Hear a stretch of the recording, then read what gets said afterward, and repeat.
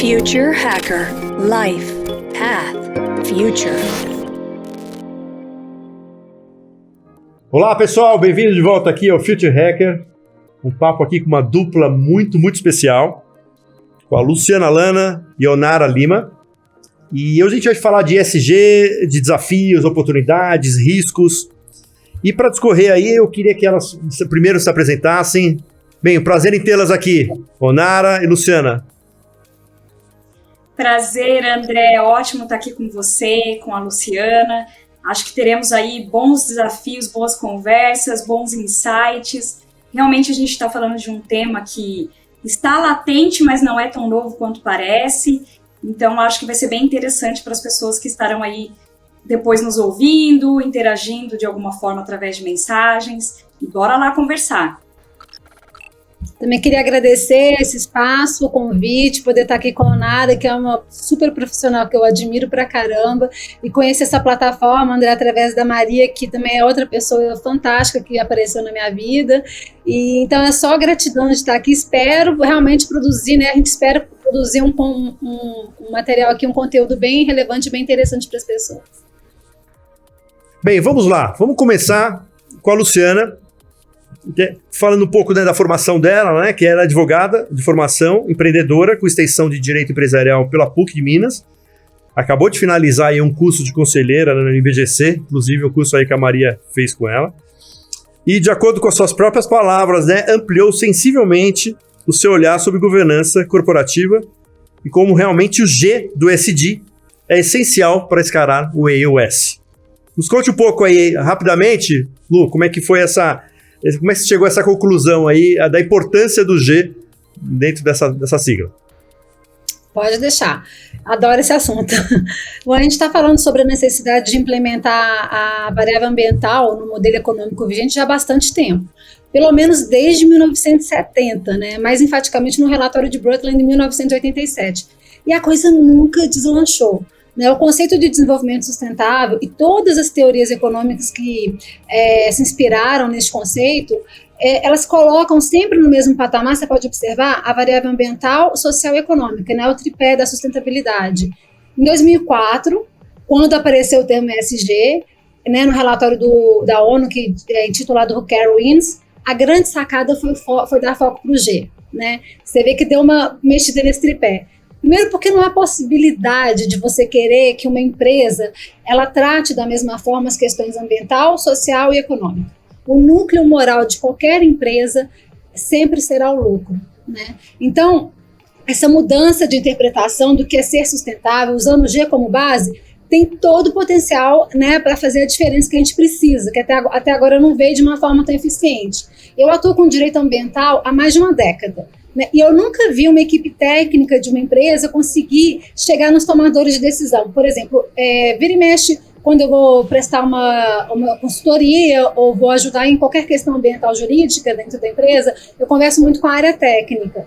E eu sempre vejo recorrentemente a área técnica dizendo mas as questões ambientais aqui não são prioridades, fica muito aqui, a gente não consegue resolver, não consegue antecipar, o problema é muito repressivo. Então, assim, isso sempre foi uma coisa rotineira no meu dia a dia, né? Então, se a gente não fornecer um caminho através da conscientização e de processos internos efetivos, o assunto não sobe, né? E como que a gente faz isso acontecer? Como é que sai dessas áreas técnicas e chega na estratégia? Eu entendo que é por meio do G, né? É por meio da governança. O G é a base da discussão. Se eu não tiver uma liderança, o tone é top, no mínimo aberta para discutir as novidades, porque, como eu disse lá em cima, não são assuntos novos, são assuntos antigos, mas que nunca estiveram na pauta da liderança. A gente não vai conseguir trazer o EOS para dentro. Então, assim, concluindo já essa parte, o foco será sempre o resultado de curto prazo, não tem jeito. Só que a gente passa a fazer a qualificação desses processos decisórios e a gente lateraliza a visão. E ao invés de focar exclusivamente no shareholder, eu passo a olhar também as variáveis E e S. Né? Em termos de processo, me parece que esse seria o caminho. Agora, materializar isso são outros 500, André. Então, para discutir um pouco também, a gente vai colocar outra pessoa aqui, muito importante aqui nessa discussão, que é a Onara, né? Que ela é engenheira ambiental, MBA de gestão empresarial pela GV, com extensão em Harvard no tema, né? é profissional super experiente nessa área, está no mercado de sustentabilidade desde 2003, atuando em grandes empresas e tem sido testemunha, né, não só testemunha, mas ativista, atuante, né, no desenvolvimento do ESG no Brasil. Né. Primeiro eu queria que você pegasse essa inquietação aí da Luciana, Onara, e falasse assim, exatamente essa importância do G, que exatamente se não for uma coisa tem que ser top-down mesmo, tem que ser uma coisa que tem que mexer a conscientização lá de cima, porque senão o bottom-up não funciona, e que você contasse um pouquinho aí também da tua trajetória. Legal, André, ótimo, né? A Luciana já trouxe aí, apimentou o nosso bate-papo. O André aí denunciando a idade desde 2003, são 20 anos trabalhando aí com esses aspectos inicialmente muito focados no ambiental e depois extrapolando para todo esse universo da sustentabilidade, dessa abrangência que tem. E agora esses aspectos ESG que vieram, de fato, com esse olhar mais do mercado financeiro. Então, quando a gente vê toda essa inquietação, né, eu me lembro que quando eu iniciei, né, sempre muito no ramo industrial, no corporativo, um pouco diferente aí da trajetória da Lu, que é bom que a gente vai conectando tudo isso, porque no final do dia eu acho que tudo é muito complementar e muito necessário, mas eu me lembro que nós falávamos em ISO 14001. E quando a gente fala de governança nesse processo todo, né, ainda é muito restrito a empresas de capital aberto. Quando a gente fala de um processo, né, de uma área de governança muito bem implementada, a gente ainda não consegue extrapolar, por exemplo, para as pequenas e médias. Então, quer dizer que o ISD é só para as grandes? Não, lógico que não. O ISD é para todas, deve ser para todas.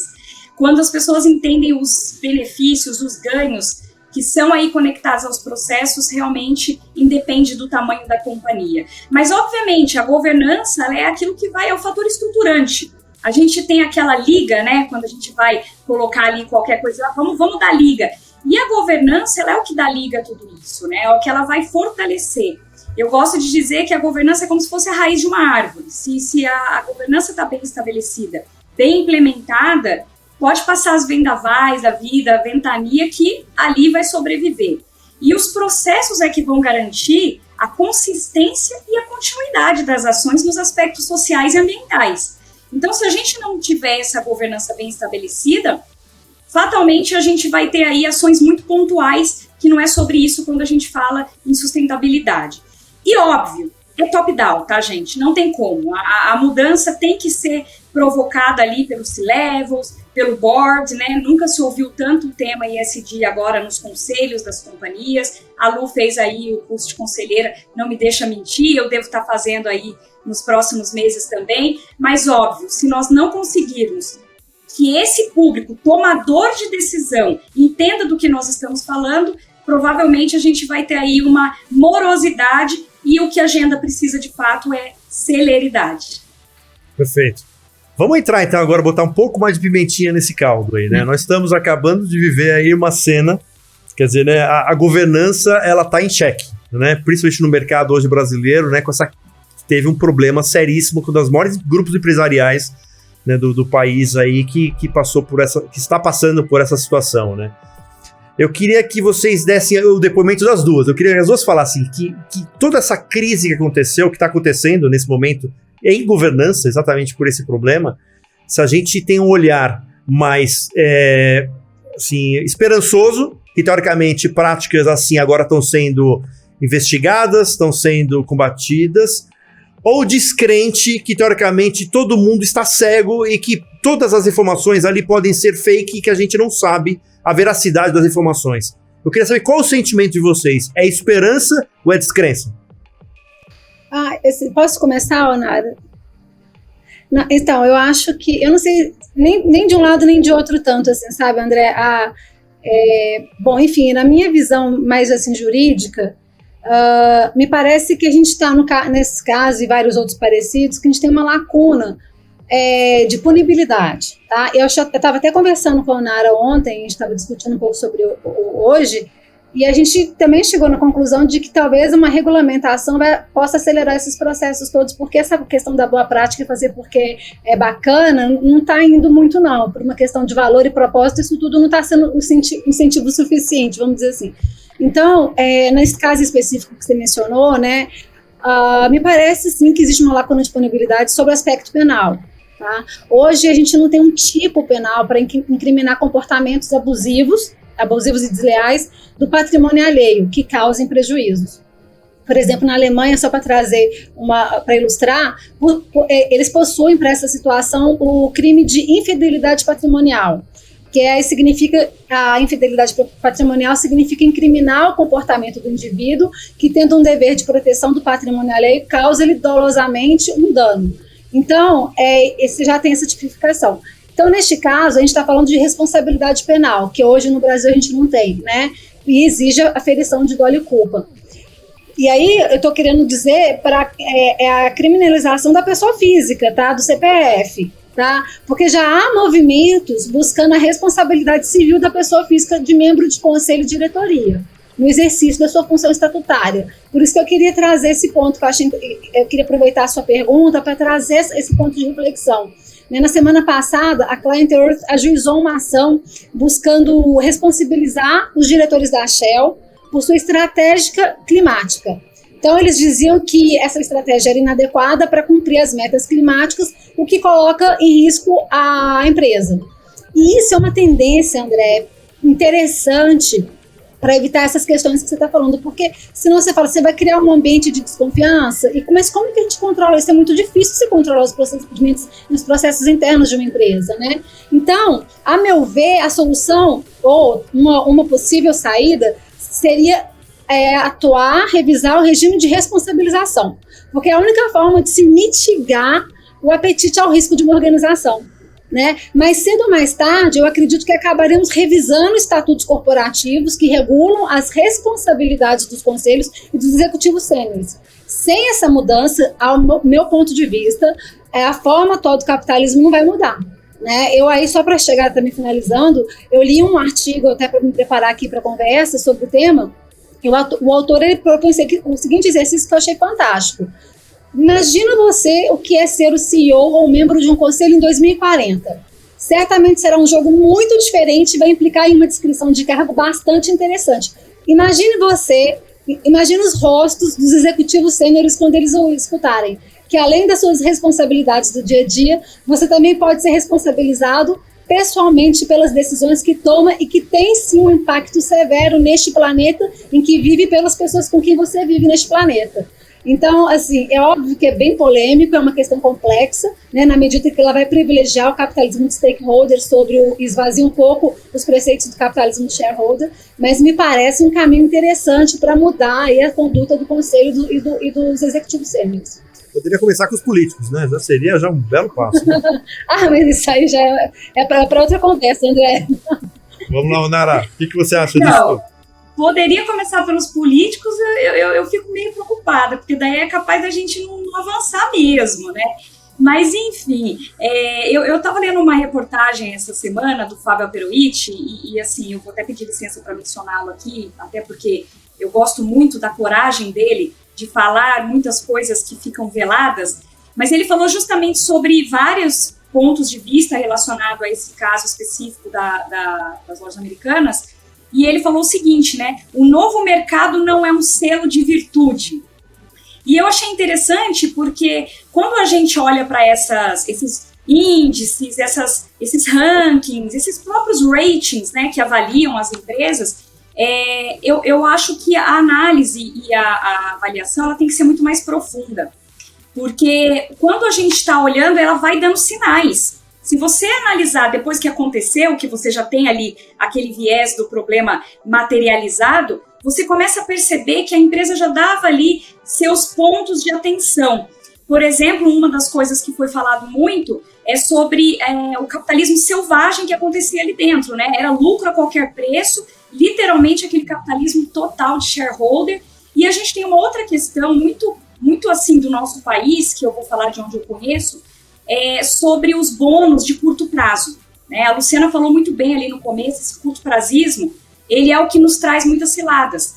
Porque quando a gente olha em bônus de executivos, pensando no curto prazo, a responsabilização dele, até mesmo nos aspectos financeiros, que é um aspecto muito relevante aí para todo e qualquer executivo, ela começa a ficar com pontos cegos. Opa, eu estou vendo aqui o meu hoje, mas eu não estou extrapolando daqui 5, 10 anos. Quais são os riscos dessas consequências?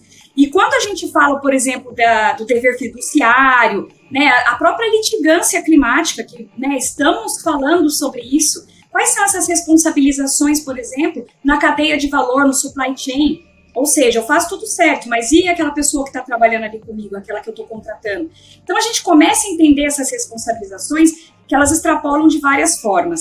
E um ponto que eu acho que pode ser muito interessante de se avaliar, principalmente do viés de sustentabilidade, dos aspectos ESG, é que quando você consegue entender a materialidade dentro dos seus processos, nos aspectos ESG, tudo começa, o sucesso de qualquer aspecto, né, evolutivo na jornada ESG numa companhia, ele fatalmente vai começar por uma boa matriz de materialidade estruturada.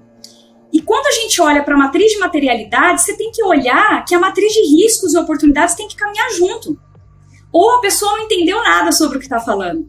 Então, nós ainda estamos aí num processo de maturidade para que esses conselheiros, para que esses tomadores de decisão, para que essas pessoas que, de fato, têm a sua responsabilização no CPF, possam entender qual é a amplitude de tudo isso e até onde essas responsabilizações podem ir. E, óbvio, né, se a lei realmente não tiver ali o seu caráter efetivado, a gente acaba ficando naquela situação da não punição e, infelizmente, a sensação de impunidade é o que leva as pessoas a quererem correr maiores riscos.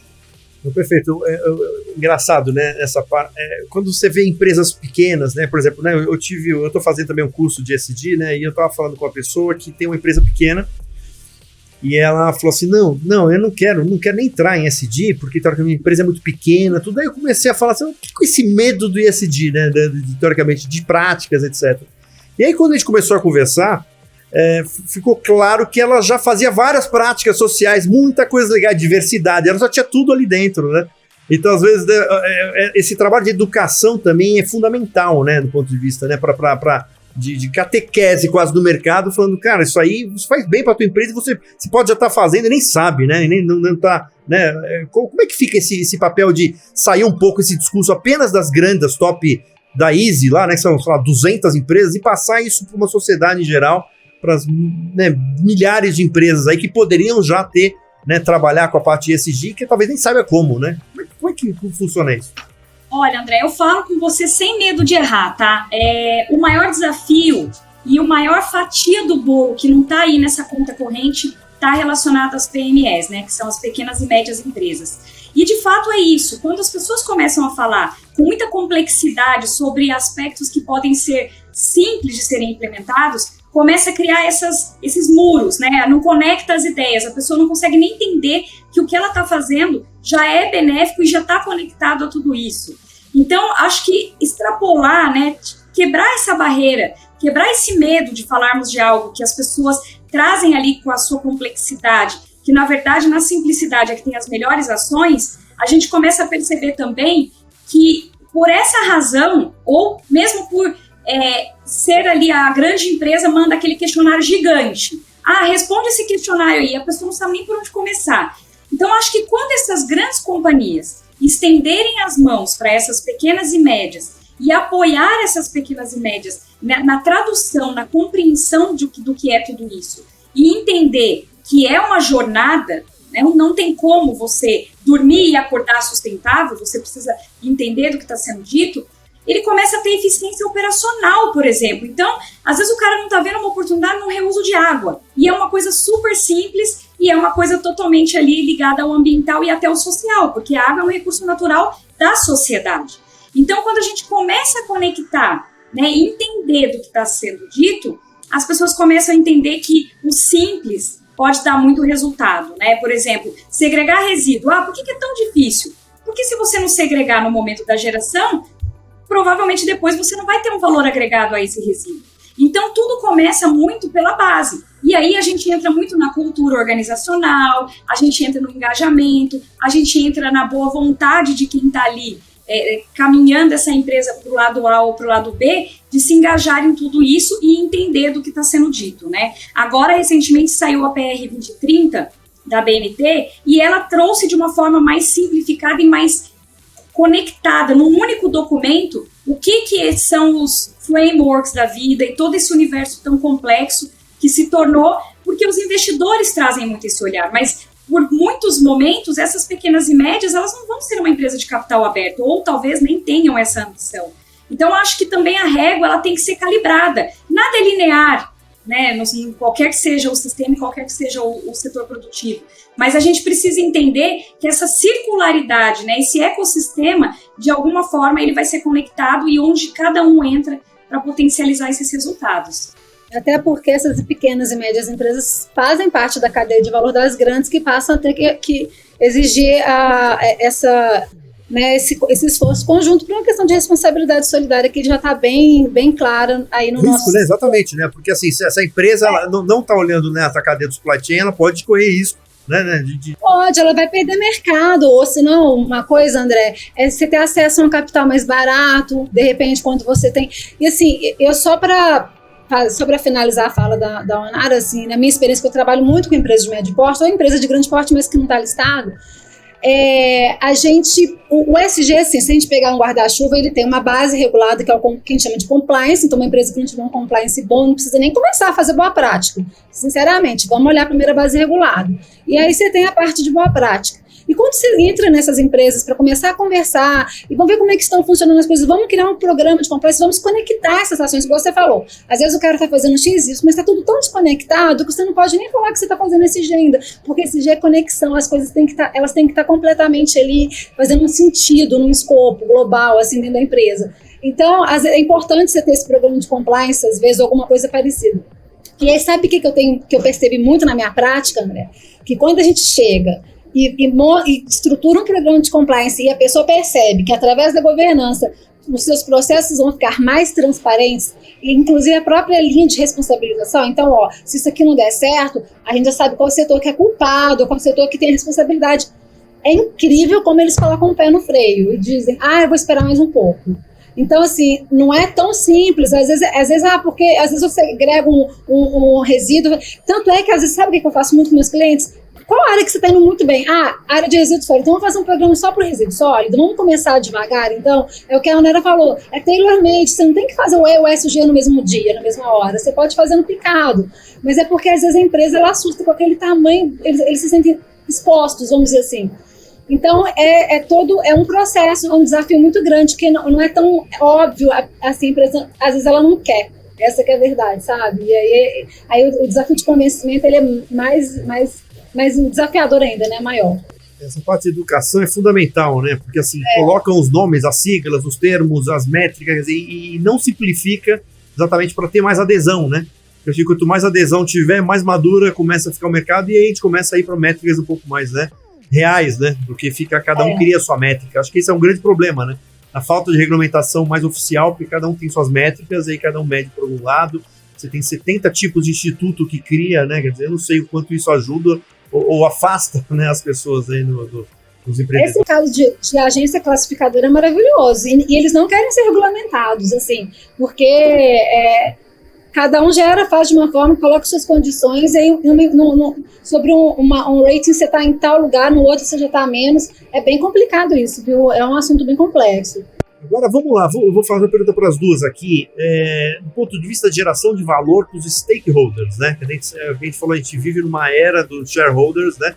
E estamos aí numa missão aí que acho que é para converter para não convertidos, né? Porque convencer para os convertidos já foi, né? Mas assim, como uma empresa tem uma visão de geração de valor para os stakeholders? Quanto tempo, qual o tempo que vocês acreditam que isso vai estar mais maduro, né? Sabendo que a gente está agora numa onda aí, né? E tem a ressaca depois de uma grande onda, e depois tem gente que vai ter o residual, etc. Mas quando que vocês acham que, em anos, assim, que as empresas vão estar numa... Aí falando um pouco das empresas as maiores, assim, que está nessa fase de equilíbrio de geração de valor para os stakeholders? Olha, André, assim, eu mencionei, né, essa questão do capitalismo, a gente fala-se muito, né, dentro do universo da sustentabilidade, o capitalismo de stakeholders, e sendo até mais ambiciosa, fala-se muito sobre o capitalismo consciente, que daí é uma evolução ainda maior. Mas eu gostaria de começar pelo capitalismo de stakeholders. Por quê? Porque muitas vezes a gente coloca tudo dentro desse ecossistema e a gente esquece daquilo que é o maior bem que a gente tem. Quando as pessoas perceberem que elas precisam colocar dentro desse capitalismo de stakeholders o meio ambiente, porque assim, percebe, a gente fala de sociedade, partes interessadas sempre envolve a sociedade, os investidores, o mercado como um todo, mas eles esquecem de colocar o meio ambiente como stakeholder nessa conta corrente. E eu gosto de dizer assim, não existe processo produtivo que não seja dependente de um recurso natural. Por mais que a gente tenha tecnologias evolutivas e tudo mais, ainda somos dependentes, por óbvio, de recursos naturais. E quando a gente olha para recursos naturais, é um bem finito. A gente estava até conversando ontem, eu e a Luciana, que muitas vezes as pessoas ficam ovacionando a Europa. A Europa está super adiante, super à frente. Só que é o seguinte, se você estudar a história da Europa, por que eles estão tão preocupados e tão avançados? Porque o assunto se tornou latente. Eles perceberam que eles não tinham mais tanto recurso natural em abundância, começaram a perceber, peraí, a gente está entrando num risco. O que tem ali que toma essa decisão? É quando a pessoa começa a perceber a falta daquilo. E o Brasil é um país que é muito em abundância de tudo, água, recursos naturais. Então, muitas vezes fica distante, entender quais são os riscos e materializar para o presente. E aí eles começam a entender, por exemplo, os investidores, que quando eu invisto em sustentabilidade, eu estou investindo no longo prazo. E isso não quer dizer que seja em detrimento do curto prazo. Então, quando a gente começa a conectar que eu estou cuidando desse meu resultado financeiro saudável no longo prazo, mas que isso não significa, não é em detrimento do resultado do curto, ele começa a entender que faz sentido. E mesmo quando a gente faz um investimento verde, a gente tem que pensar nesse VPL verde. Em quanto tempo isso se paga ou em quanto tempo isso pode se tornar um problema? A gente começa a perceber que se a gente não colocar os aspectos ESG em conformidade, por exemplo, eu posso ter um acesso a crédito com um custo muito maior. Então, quanto isso custaria para o meu investidor? Ou se ele começar a perceber que se eu não inserir esses aspectos de forma efetiva no processo e tratar ele com a devida relevância, ele pode ter impactos negativos no médio e no longo prazo. E qual é o interesse dele em entender tudo isso? Então, o mercado financeiro lá atrás, como a Luciana mencionou em 2004, que lançou o Who Cares Wins, é porque eles já começaram a entender que grandes escândalos ambientais impactavam diretamente aos negócios. Grandes escândalos sociais impactam diretamente ao negócio. E aí a gente está falando também de impacto reputacional. Tudo que está ligado aos aspectos ESG, ele tem um viés reputacional. Por exemplo, esse caso das lojas americanas é super reputacional.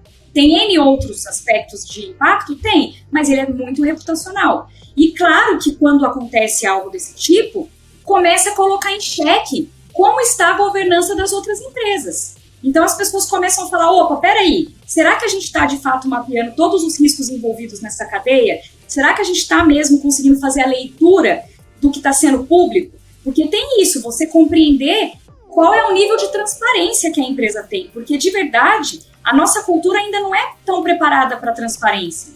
Quando a gente fala em accountability, é uma coisa que as pessoas, do que está falando, Aquele senso de dono, trabalhar com o senso de dono, cuidar como se fosse seu, também é uma cultura que tem que ser implementada. Então, quando a gente fala desses aspectos de medir, mensurar, como que eu vou colocar uma meta? Como que eu vou saber o tamanho do meu desafio se eu não mensurei do que eu estou falando? Se eu não sei do que eu estou falando? Então, acho que os aspectos ESG dentro de um olhar de investidores, eu acho que ainda falta amadurecimento.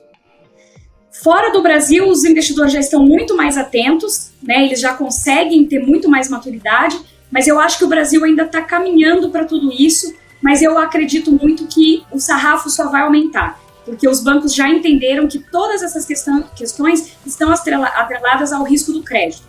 Por exemplo, mudança climática. Se tem um evento extremo, não foi mensurado por essa empresa que teve um acesso ao crédito, será que ela vai conseguir pagar o que ela emprestou? Então, no final do dia, é essa preocupação com o tamanho do risco que começa a tornar o assunto muito mais relevante nas tomadas de decisão. E, Sayonara, só para aproveitar o gancho e até te provocar mesmo, porque na sua opinião, é porque eu sinto que a análise de risco ainda hoje está muito voltada para risco financeiro e risco de mercado. A gente não tem risco climático analisado, muito menos de recurso natural, de uso de recurso natural. E aí a gente vai vendo que a gente tem um capitalismo hoje, como você bem colocou, que é curto prazista, e ele é incapaz de, como é que eu posso falar, de atribuir valor aos riscos globais. E isso torna o processo de transição para uma economia circular extremamente oneroso. Ou seja, hoje é caro. Hoje é caro investir em sustentabilidade. Hoje você tem um custo que nem sempre vai ter um retorno, né? Porque nossa economia, o sistema econômico, ele prospera ainda sem contabilizar o custo ambiental, né?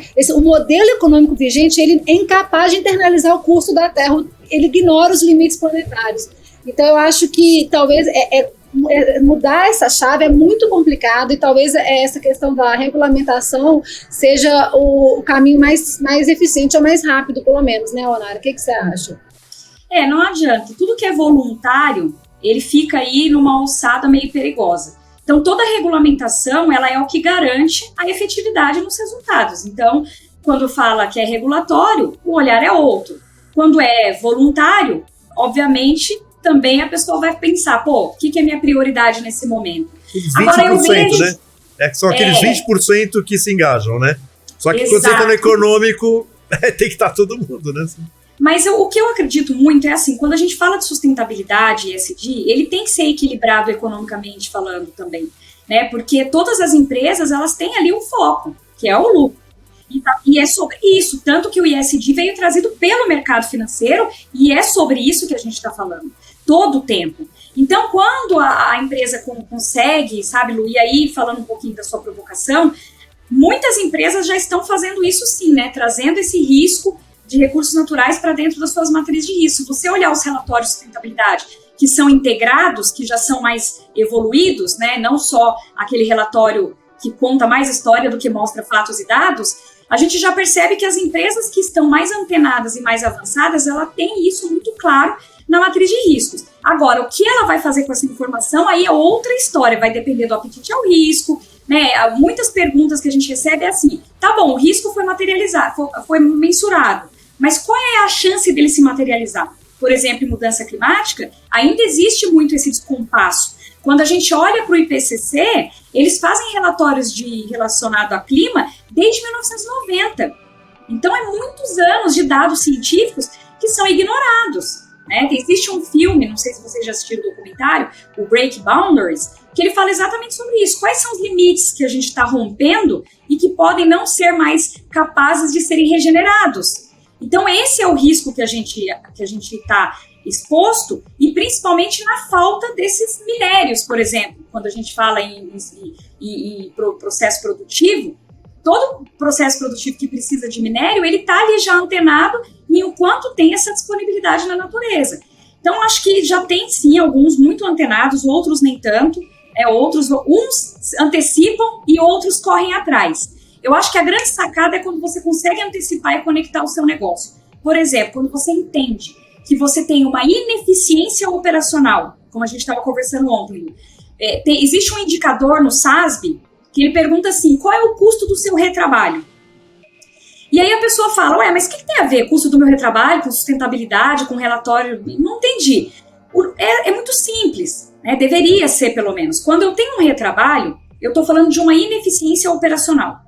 Quando eu estou falando de uma ineficiência operacional, eu estou falando provavelmente de utilizar mais recurso natural, a chance de emitir mais gás de efeito estufa porque eu tenho que retrabalhar no meu processo e provavelmente o aumento na geração de resíduos sólidos. Então, por esses 3 fatores, a gente já começa a observar que a ineficiência operacional ela tem esse impacto diretamente ligado ao ambiental e provavelmente ao social, porque quando a gente fala do social, se eu estou explorando um recurso natural que é da sociedade, eu também estou tendo um impacto na sociedade. Então, quando as pessoas conseguem ter essa visão, que se eu implementar, por exemplo, turnover é caro para a empresa. Então, se a empresa cuidar um ambiente de trabalho que seja positivo, eu posso reduzir meu turnover. Saúde mental, outro aspecto. E por aí vai, a gente começa a extrapolar e não para nunca mais. Só que a gente precisa do entendimento do que a gente está falando de fato. E assim, André, só para voltar na sua pergunta que você falou da geração de valor, e aí assim, eu estou propondo aqui eu queria saber o que vocês pensam também, porque eu fiquei pensando muito nisso enquanto eu estava, né, me preparando para essa conversa, que qual que seria então o bom negócio de estar ali incorporando os aspectos ESG nos seus processos, né? E uma coisa que seria interessante analisar é a questão da marca, né? Porque a marca, ela consta no balanço como um bem corpóreo, né? Por exemplo, o que vale mais hoje? O nome Coca-Cola ou seus ativos? Então, imagina uma marca com todos os valores da pauta ESG, uma marca que traz ali realmente uma visão, ela gera um valor que, assim, difícil de negar, assim, muito claro para a sociedade. Então, assim, o reflexo da internalização real da agenda ESG, ele vai direto para essa marca. Isso vai gerar um valor para a empresa, porque, inclusive, ela é considerada um bem corpóreo, né? Então, acho que eu só fiquei pensando no aspecto mais prático mesmo, como que isso é interessante, né? Você ter sua marca, o seu nome, a sua história ali agregada em valores tão interessantes, tão importantes para a sociedade, como são os valores que traz aí a agenda ESG.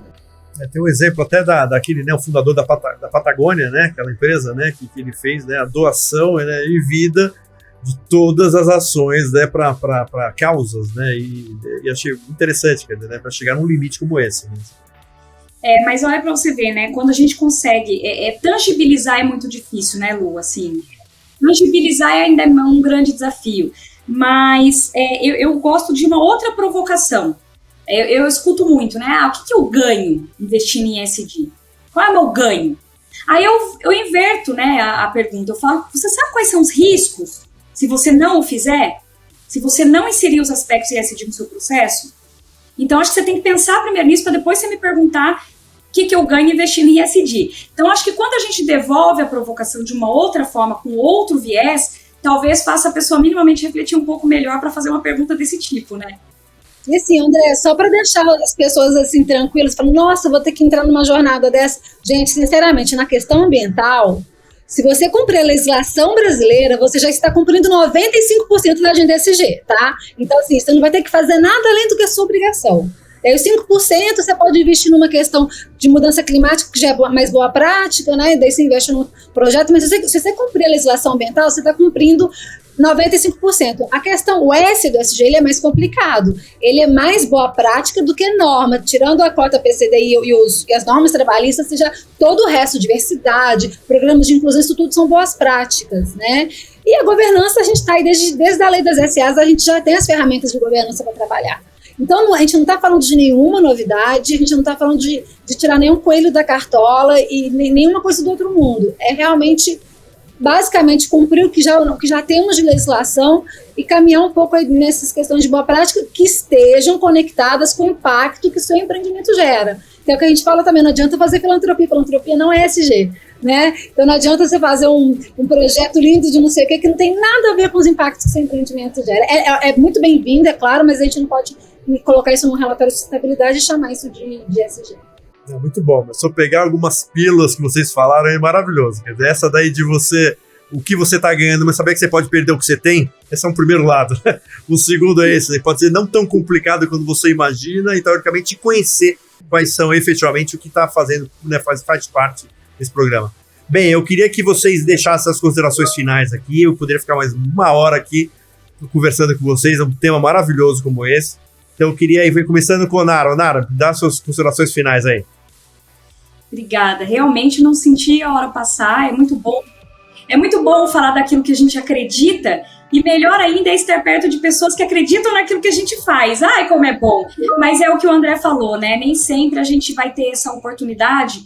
E eu ouvi uma coisa muito interessante de uma amiga, uma grande executiva da área de sustentabilidade, e ela veio do mercado financeiro. E eu estava comentando sobre a dificuldade de ter, assim, de ter lugar de fala, de poder, das pessoas entenderem e compreenderem o que está sendo dito, que às vezes é meio cansativo. Eu sei que existem 1 milhão de coisas acontecendo, né? Nara, imagina, a gente está vivendo uma guerra, mas a crise geopolítica tem tudo a ver com ESG e as pessoas não conseguem conectar. Então, a minha ansiedade é que as pessoas consigam conectar do que a gente está falando, né? O que tem a ver a guerra aqui com o ISD? Tem tudo a ver. É uma crise geopolítica, tem impacto ambiental, impacto social, é por relações de governança. Então, tudo está muito conectado e aí vem impacto com dificuldade de ter acesso a recursos, aí o supply chain fica maluco porque, né, a China parou de produzir. Então, assim, gente, crise, pandemia, tudo isso é sobre estar saudável dentro dos aspectos ESG. Só que as pessoas precisam compreender onde esses pontos estão ligados e aonde eles se conectam. E essa pessoa falou assim, olha, Onara, nem sempre é difícil ter um lugar de fala. O mais difícil é ter um lugar de escuta. E isso me caiu assim, tô digerindo ainda, para ser sincera. Qual é esse lugar de escuta? Até onde as pessoas querem escutar mesmo sobre o que é o ESG? Porque é aquilo que eu falo, por que o ESG é um tema tão polarizado? Porque ele incomoda. E tudo que incomoda, ou tudo aquilo que o ser humano não entende, e não está a fim de entender, não quer colocar como prioridade, o que ele faz? Melhor defesa é o ataque. Então ele começa a atacar, ele começa a querer tirar o crédito de algo que é tão relevante para não ter que mexer com isso. Então acho que a provocação que eu deixaria aqui é o que sempre dizem, né?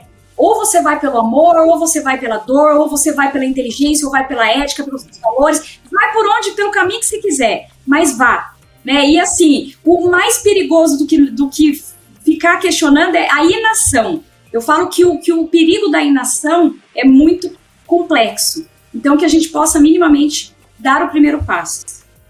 Muito bom. Vou rapidinho. Então, assim, você gosta de pílula? Eu tenho uma frase ótima, assim, para definir ESG.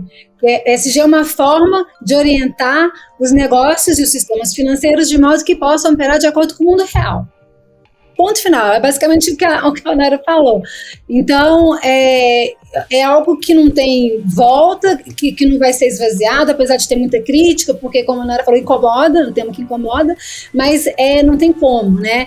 A gente tem que encarar essa realidade. Eu queria trazer um dado que é bem interessante, que algumas estimativas indicam que 40% da produção líquida primária terrestre da biosfera, olha, esse estudo é de 1991, não consegui achar um mais atual, então você imagina onde está hoje, mas essa estimativa indica que 40% da produção líquida primária terrestre da biosfera, em termos de apropriação de recurso natural e energia, já está comprometida para consumo humano. Então, assim, a gente tem uma situação que qualquer viés político, conservador, que é unânime. Nós temos um problema ambiental porque nós temos uma questão de finitude dos recursos naturais, né? Então, como é que a gente resolve o problema ambiental? E aí eu queria finalizar minha fala, se você me permite. Eu até queria indicar esse livro aqui, chama Filosofia Verde. Ele é muito legal, viu, gente? E aí o autor, ele termina o primeiro capítulo com um parágrafo que eu vou ler rapidinho aqui, na minha opinião, resume bastante o que eu acredito, tá? Nessas questões de espaço de fala que a Onara estava falando. Daí ele fala assim: parece-me que o controle internacional das grandes decisões, que hoje está nas mãos de burocracias irresponsáveis, ONGs intocáveis e grandes corporações multinacionais que prestam conta somente aos acionistas, né, aos shareholders, tornou inadiável a adoção do caminho conservador. Precisamos desmontar do global e montar no local, para que possamos identificar os problemas como realmente nossos, com os meios que podemos controlar e com os motivos nos quais acreditamos. E isso pressupõe esclarecimento de quem somos e por que estamos juntos e comprometidos com a nossa sobrevivência comum. Respeito o esforço de George Monbiot quando se propôs a identificar essa primeira pessoa do plural em termos planetários, do mesmo modo que respeita a concepção iluminista de ser humano como um agente racional motivador por princípios universais.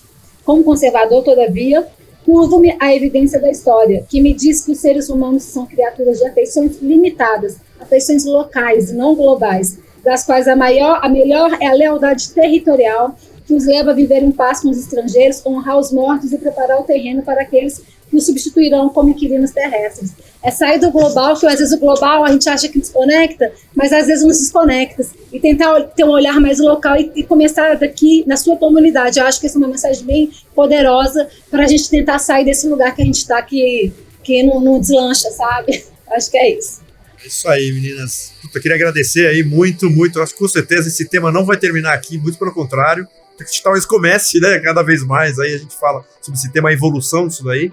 Então eu queria agradecer aí muito, em nome de todos aí, Luciana, Onara, pela aula que a gente teve aqui, tá? Obrigada, André. Obrigada, Lu. Foi um prazer. Até a próxima. Obrigado. Valeu, pessoal. Até a próxima. Future Hacker. Life. Path. Future.